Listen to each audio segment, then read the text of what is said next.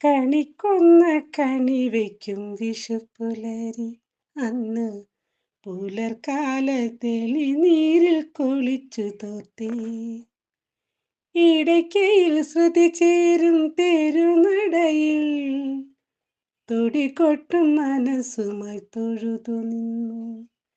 ഇടയ്ക്കയിൽ ശ്രുതി ചേരും തിരുനടയിൽ തുടികൊട്ടും മനസ്സുമായി തൊഴുതു നിന്നു.